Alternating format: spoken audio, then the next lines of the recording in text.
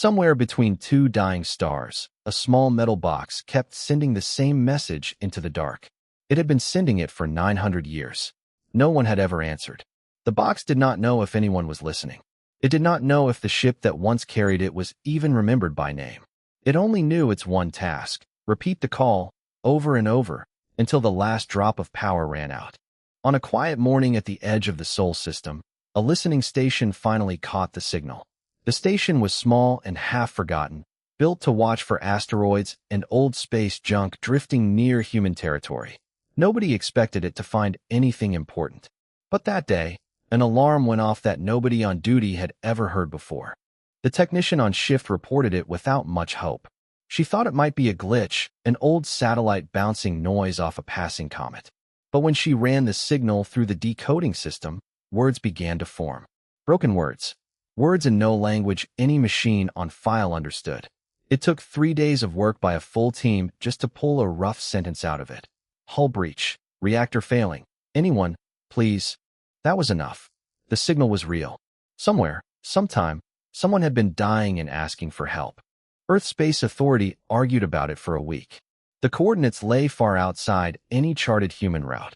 No ship had ever gone that far and returned with useful data. Sending a rescue ship that far, alone, with no support fleet, sounded like wasting good crew and good metal chasing a corpse that was already 900 years old. Captain Daniel Osei disagreed. He was not a young man anymore, and he had spent most of his life flying old ships into strange corners of space that other captains avoided. He did not care that the call was old. He cared that whoever sent it had believed someone might come. 900 years was a long time to keep asking. Someone should finally answer. He volunteered the UESC Meridian, an aging exploration ship built for scouting, not for war. The Meridian was fast and light, made to slip through unknown space without drawing attention.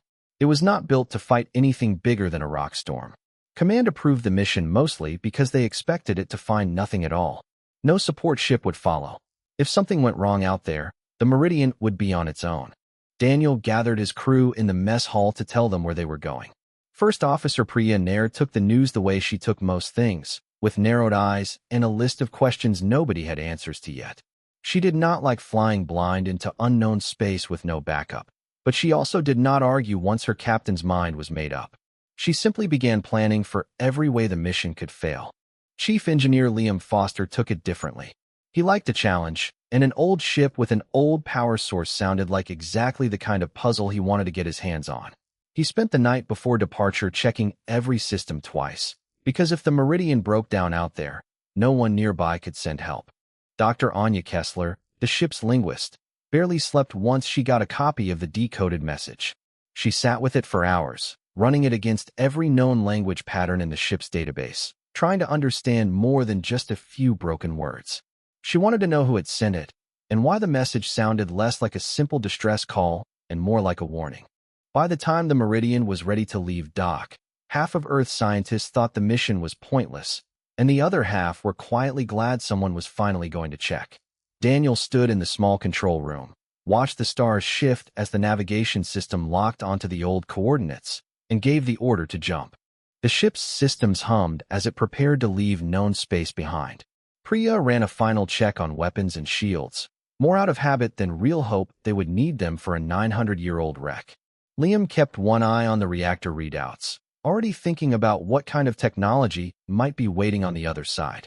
Anya kept replaying the message in her head, turning the words over and over, trying to guess what kind of ship or what kind of people could send a call for help that lasted nearly 1,000 years without breaking. Nobody on board really knew what they would find. The coordinates led to a region of space with no name in any human record, no trade routes, no maps. It was simply empty, as far as anyone on Earth had ever bothered to look. The jump engines built up power. The stars outside the viewport stretched into long lines of light. And then, in a single breath, the Meridian was gone from Sol space, carrying 5 people and 1 small ship into a silence that had lasted 900 years, ready to be the first voice to answer back. Behind them, Earth went back to its normal business, half expecting to never hear from the Meridian again. Ahead of them, in the cold dark, the old signal kept sending its message, unaware that after 9 centuries, someone was finally on the way. 900 years is long enough for a battle to turn into a graveyard, and for a graveyard to turn into nothing more than a shape in the dark that nobody remembers. That was what the Meridian found when it dropped out of its jump at the edge of the old coordinates. Not a ship in trouble, not a rescue waiting to happen, just wreckage spread across a wide field of black space, catching the light of a distant star in broken pieces. The size of it struck everyone on the bridge at once. What remained was clearly only a fraction of something that had once been enormous, far larger than anything humans had ever built. Twisted metal beams stretched out like the ribs of some huge dead animal. Whole sections had been sheared away, leaving jagged edges frozen mid-tear, as if the ship had been torn apart in the middle of trying to run. Priya was the first to speak. She said it did not look like an accident. Reactor failures left scorch marks and melted metal in one place. This damage was spread across the whole hull, deep cuts and burns in patterns that suggested something had been hitting the ship again and again, long after it had already lost the ability to fight back. Daniel ordered a slow approach. Sensors picked up almost nothing alive. No heat signatures, no active systems, except for one faint, stubborn pulse buried deep near the ship's core. Somehow, after 900 years drifting in the freezing dark, a small piece of the reactor was still awake, feeding just enough power to keep something running. That single flicker of power was enough to send an away team over. Priya led it herself, along with 2 crew members trained for hull work, while Liam stayed in constant contact from the Meridian to guide them through unfamiliar systems. Anya joined as well, insisting that if there were any written records left inside, she needed to be the one to see them first. Moving through the wreck felt like walking through the inside of a body that had stopped breathing centuries ago. The corridors were built for something taller and broader than a human, doors bent inward from old impacts, walls lined with markings in a script none of them recognized. Frost coated everything, thin and undisturbed, as if no living thing had passed through in a very long time. They found the first signs of true violence deeper in. Entire sections had clearly been sealed off in a hurry, thick doors welded shut from the inside, as if the crew had been trying to keep something out, or trying to save whoever was left on the other side by cutting off the damage before it spread further. In one narrow hallway, Priya found scratch marks along the metal, long claw-like grooves dragged across the wall at odd angles. Nobody said much after that. Anya located what she had been hoping for, a small chamber, mostly intact, filled with data cores and physical records stored in thick protective casing.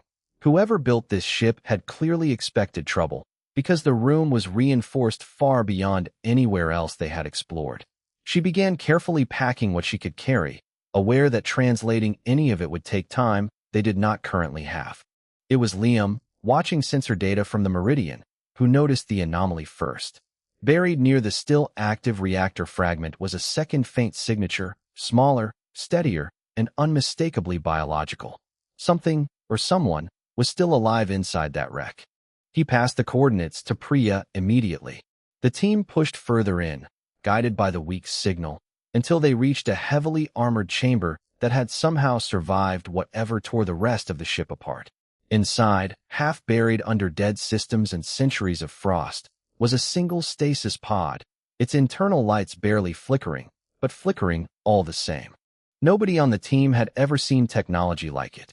The pod was clearly ancient by its own standards, yet still working, still keeping something alive against every reasonable expectation. Priya called it in immediately, and Daniel, back on the Meridian, gave the order without hesitation: bring it aboard, carefully, and get it stable before anyone even considered opening it. While the team worked to safely detach the pod from the wreck's dying systems, Anya finished gathering what records she could and took one last look around the sealed chamber. She thought about the scratch marks in the hallway, the welded doors, the violence stitched into every wall they had passed. Whatever destroyed this ship had not simply broken it and moved on. It had hunted it, piece by piece, until there was almost nothing left. By the time the away team returned to the Meridian, exhaustion had replaced the earlier tension. The stasis pod was secured in the medical bay, its faint pulse now the loudest heartbeat on the ship. Daniel stood outside the bay for a long moment before giving the order to begin the slow process of waking whoever or whatever, was inside. Outside the viewport, the wreck drifted on in silence, no longer completely alone. For the first time in 900 years, someone had come close enough to listen. And somewhere deep inside that stasis pod, something old was about to open its eyes to a voice it had never expected to hear. Cold came first, then sound, then a kind of pain that felt like waking up after being frozen for longer than any body was meant to survive. The last clear memory was of alarms, of a voice shouting to seal the chamber, of the world shaking apart around a ship that was supposed to be safe. After that, there was only darkness, stretched so long it no longer felt like time at all. When the eyes opened again, the first thing they saw was a ceiling that did not belong to any ship the mind remembered. The air smelled different. The light was a different color. And the voices speaking nearby were using a language that made no sense at all, soft and fast, nothing like the deep, formal tones of home. The medical bay of the Meridian was quiet except for the low hum of machines and the careful movements of the crew working around the newly opened pod. Daniel stood a few steps back, letting Dr. Kessler take the lead, since she had spent the last 2 days preparing translation protocols for exactly this moment. When the survivor's eyes finally focused and found the humans standing over the bed, panic hit first, sudden and sharp, a thin body trying to pull away despite having barely enough strength to lift a hand. Anya spoke slowly, using the translation device to repeat simple, calm words. Safe. Help. Friend. It took a long moment before the panic eased into something closer to confusion, and then, slowly, into a kind of disbelief that seemed to hurt more than the fear had. Over the following hours, as strength returned bit by bit, the survivor began to speak in short, careful phrases the translator could work with. The crew started calling him Van, since his full name did not translate cleanly into anything human tongues could easily pronounce, and he did not seem to mind the shorter version once it was explained to him. Van was the last of his ship's crew. He did not know that for certain at first, but as memories returned along with his strength, the truth settled in with quiet, heavy certainty. His people were called the Ethran, and his ship had been part of a larger fleet, one that had been ambushed and destroyed by something his people had feared for generations, a force he called the Hollow Fleet. When Daniel asked how long he believed he had been in the pod, Van guessed months, maybe a year or 2 at most, since stasis pods were never meant to run that long unsupervised. The look on his face when Anya told him the truth, 900 years, was something none of the crew forgot. It was not just grief. It was the collapse of every plan he might have still been holding on to, the quiet understanding that whatever home he remembered no longer existed, and probably hadn't for a very long time. Priya remained cautious around him at first, more out of habit than distrust. She had seen enough unpredictable situations to know that grief and fear could make anyone dangerous, even someone as weak as Van currently was. She kept a careful eye on him, though she softened slightly each time she watched him struggle just to hold a cup of water steady in his own hands. Liam took a more practical approach, working alongside the ship's medical systems to understand what Van's body actually needed to survive long-term. The stasis pod had kept him alive, but only barely, and adjusting the Meridian systems to properly support an unfamiliar biology took careful, patient work. Van seemed to appreciate the effort more than anything else offered to him, watching Liam tinker with quiet fascination once his strength allowed him to sit up and observe. It was during one of these long recovery sessions that Van asked the question that had clearly been sitting behind his eyes since the moment he woke. He wanted to know why they had come. 900 years was long enough for any reasonable people to assume no one was left to save, long enough that most would never have bothered checking at all. Daniel did not have an easy answer, only an honest one. He said that back home, they believed a call for help should never simply be ignored, no matter how old it was or how unlikely it seemed that anyone would still be there to receive it. Van sat with that answer for a long while before speaking again, his voice quieter than before, almost disbelieving that an entire species could send a single small ship, alone, into unknown space, just because someone might still need saving.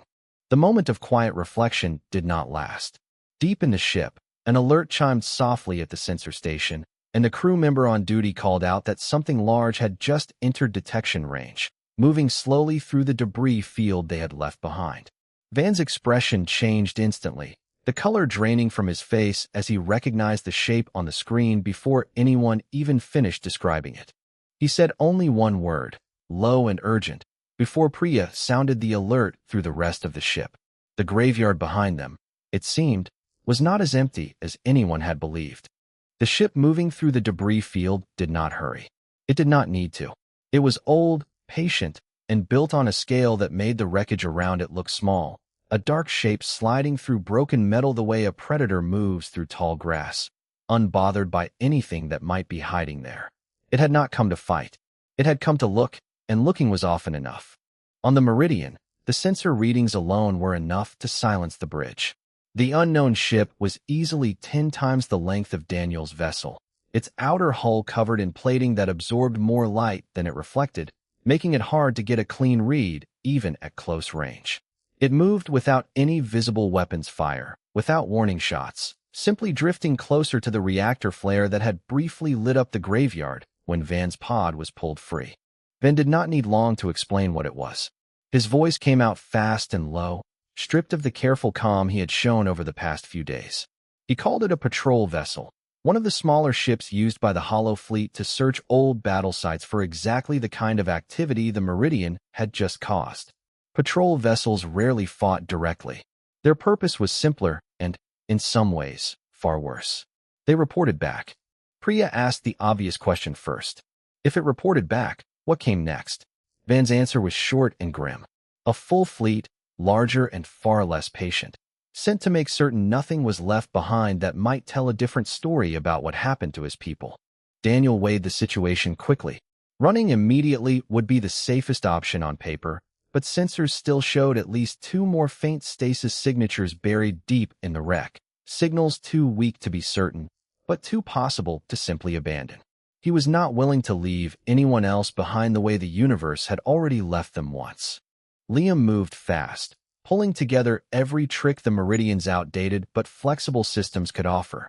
The ship had never been built for combat, but it had been built for exactly this kind of situation, slipping through dangerous terrain without being noticed. He rigged a temporary sensor scattering field using spare parts meant for asteroid mapping, hoping it would be enough to blur the ship's signature against the metal debris surrounding them. Priya took the helm herself, guiding the Meridian deeper into the wreckage rather than away from it, using the twisted remains of the old battle as cover. It was a gamble. The patrol vessel was far larger, and larger ships did not maneuver well through tight, broken spaces choked with jagged metal and drifting hull fragments. If Priya could keep the Meridian moving through gaps the bigger ship could not easily follow, distance might do what raw speed alone could not. Van stayed close to the bridge the entire time, watching the patrol vessel's slow, deliberate movements with the tense focus of someone who had seen this exact scenario end badly before. He warned them that patience was the real danger. The ship would not chase recklessly. It would simply wait, watch, and adjust, confident that something as small as the Meridian had nowhere far to run. For several long minutes, nothing happened except careful, quiet maneuvering. The Meridian threading through broken hull sections while the patrol vessel drifted at the edge of the debris field, scanning. Then, without warning, a section of wreckage directly ahead of the Meridian lit up briefly under a targeting beam, and Priya was forced into a sharp, sudden turn that rattled the whole ship and sent loose equipment sliding across the deck. The patrol vessel had noticed something after all, though not with the certainty of a confirmed target. A narrow beam swept slowly across the debris field, searching rather than firing, and the Meridian barely slipped behind a large chunk of broken hull before the beam passed directly over where they had just been. Anya, monitoring communications, caught the beginning of an outgoing signal from the patrol vessel, a short compressed burst aimed back toward deeper space. She flagged it immediately, and Priya redirected power to jam the transmission as quickly as the ship's systems allowed. It was impossible to know how much of the signal escaped before the connection was cut. The patrol vessel lingered a while longer, sweeping the debris field twice more before finally, almost lazily, turning away and drifting back into the dark from which it came. Nobody on the Meridian relaxed immediately. Ben least of all.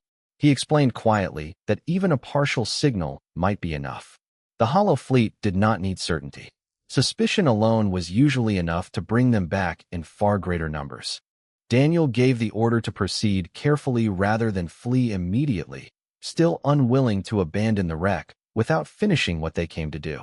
The crew understood the risk now sat far heavier on their shoulders than it had only hours before, but nobody suggested turning back.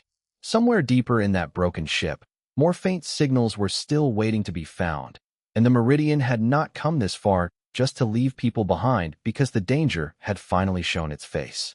A recorded voice, worn thin by centuries of decay, played quietly through the Meridian speakers.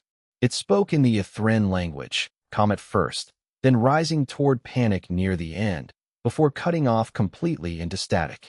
Anya had finally managed to restore enough of the data core to play back a handful of the ship's final broadcasts, and the crew listened in silence as the last moments of a dying vessel filled the room, 900 years after they had actually happened.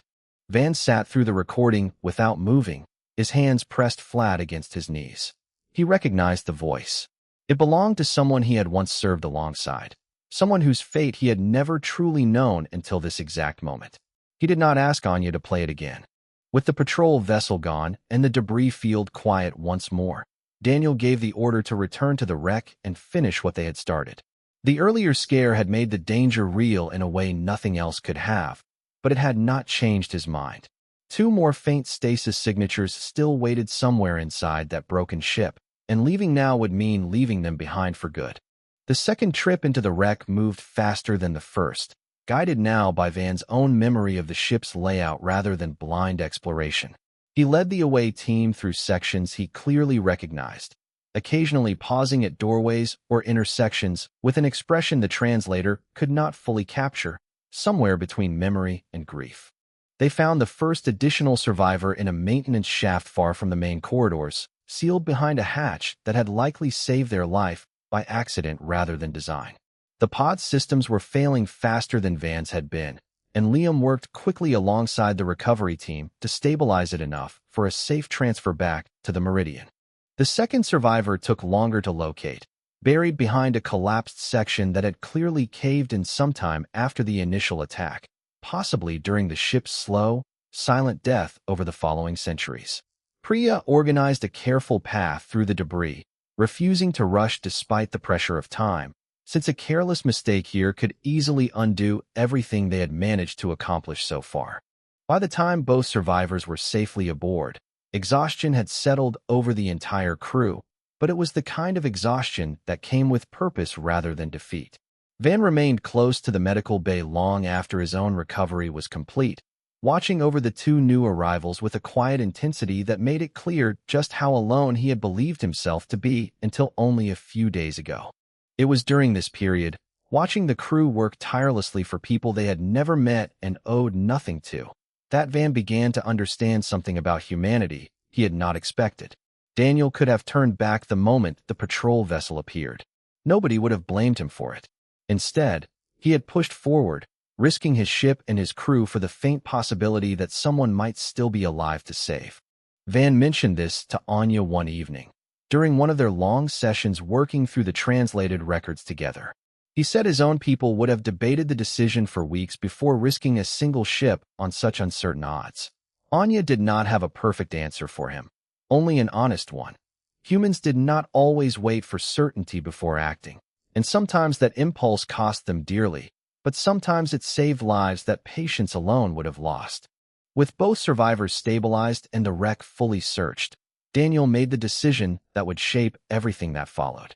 He ordered Anya to prepare a full transmission back to Earth, containing everything they had recovered: the wreck's location, the translated warning about the hollow fleet, proof of survivors after 900 years of silence, and a detailed account of the patrol vessel encounter.